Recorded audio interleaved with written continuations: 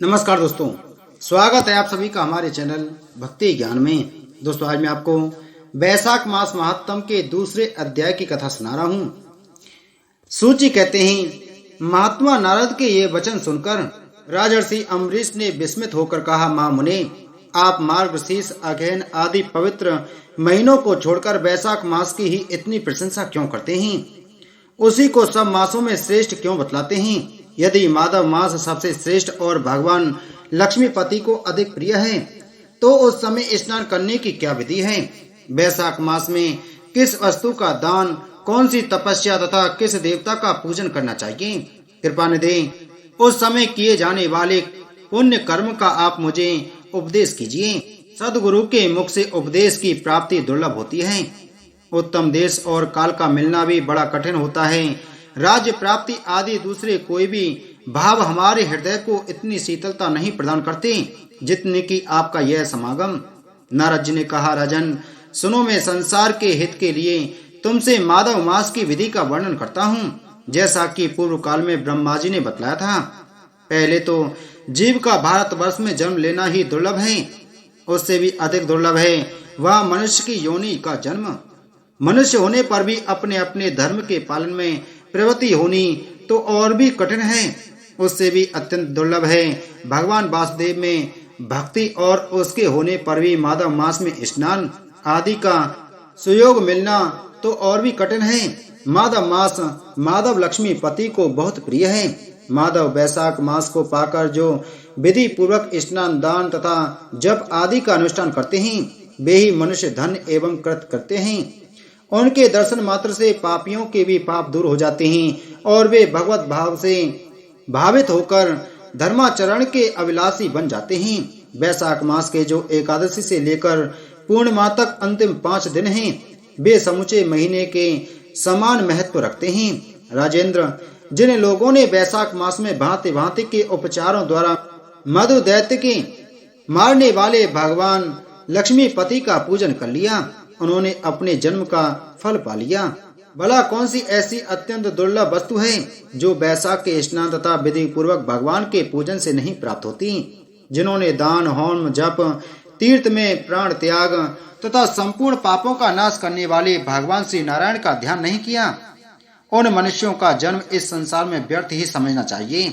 जो धन के रहते हुए भी कंजूसी करता है, दान आदि किए बिना ही मर जाता है, उसका धन व्यर्थ है।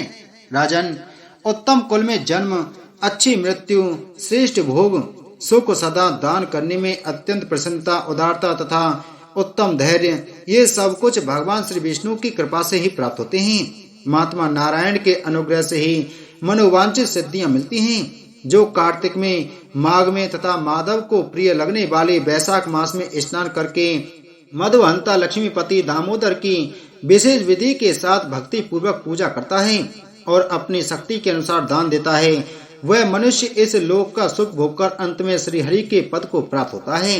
भूप जैसे सूर्योदय होने पर अंधकार नष्ट हो जाता है, उसी प्रकार वैशाख मास में प्रातः काल स्नान करने से अनेक जन्मों की उपार्जित पाप राशि नष्ट हो जाती है। यह बात ब्रह्मा जी ने मुझे बताई थी।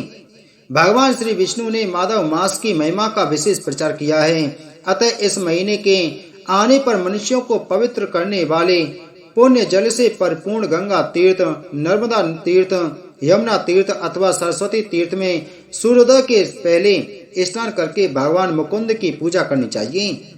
इससे तपस्या का फल भोगने के पश्चात अक्षय स्वर्ग की प्राप्ति होती है। भगवान श्री नारायण अनामय रोग व्याधि से रहते हैं। उन गोविंद देव की आराधना करके तुम भगवान का पद प्राप्त कर लोगे। राजन, देवादिदेव लक्ष्मीपति पापों का नाश करने वाले हैं। उन्हें नमस्कार करके चैत्र की पूर्णिमा को इस व्रत का आरंभ करना चाहिए। व्रत लेने वाला पुरुष यम नियमों का पालन करें, शक्ति के अनुसार कुछ दान दें, अभिष्यात्र भोजन करें, भूमि पर सोए, ब्रह्मचर्य व्रत में दृढ़ता पूर्वक स्थित रहे तथा हृदय में भगवान श्री नारायण का ध्यान करते हुए कृच्छ आदि तपस्याओं के द्वारा शरीर को सुखाएं। इस प्रकार नियम से रहकर जब वैशाख की पूर्णिमा आए, उस दिन मधु तथा तिल आदि का दान करें।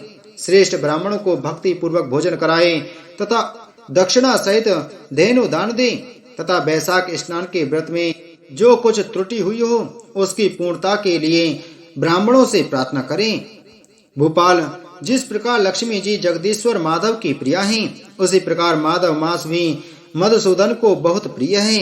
इस तरह उपयुक्त नियमों के पालन पूर्वक 12 वर्षों तक वैशाख स्नान करके अंत में मधुसूदन की प्रसन्नता के लिए अपनी शक्ति के अनुसार व्रत का उद्यापन करें। अम्बरीश, पूर्व काल में ब्रह्मा जी के मुख से मैंने जो कुछ सुना था वह सब वैशाख मास का महत्व मैंने तुम्हें सुना दिया। अम्बरीश ने पूछा, मुने, स्नान में परिश्रम तो बहुत थोड़ा है, फिर भी उससे अत्यंत दुर्लभ फल की प्राप्ति होती है। मुझे इस पर विश्वास क्यों नहीं होता? मुझे मोह क्यों हो रहा है? नारद जी ने कहा, राजन, तुम्हारा संदेह ठीक है। थोड़े से परिश्रम के द्वारा महान फल की प्राप्ति असंभव सी बात है, तथापि इस पर विश्वास करो, क्योंकि यह ब्रह्मा जी की बताई हुई बात है। धर्म की गति सूक्ष्म होती है, उसे समझने में बड़े बड़े पुरुषों को भी कठिनाई होती है। श्री हरि की शक्ति अचिंत्य है, उनकी कृति में विद्वानों को भी मोह हो जाता है।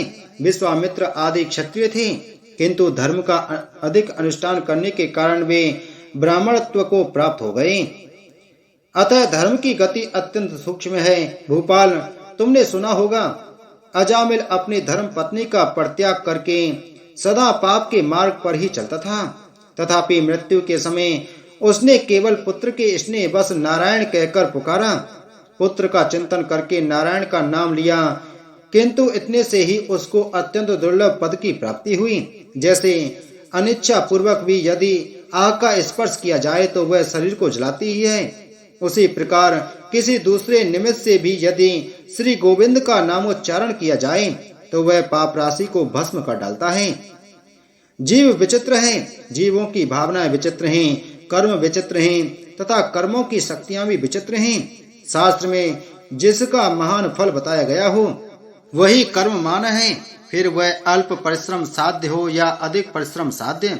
छोटी सी वस्तु से भी बड़ी से बड़ी वस्तु का नाश होता देखा जाता है। जरा सी चिंगारी से बोझ के बोझ तिनके स्वाह हो जाते हैं। जो श्री कृष्ण के भक्त हैं उनके अनजाने में भी किए हुए हजारों हत्याओं से युक्त भयंकर पातक तथा चोरी आदि पाप भी नष्ट हो जाते हैं। वीर, जिसके हृदय में भगवान श्री विष्णु की भक्ति है वह विद्वान पुरुष यदि थोड़ा सा भी पुण्य कर्म करता है तो वह अक्षय फल देने वाला होता है।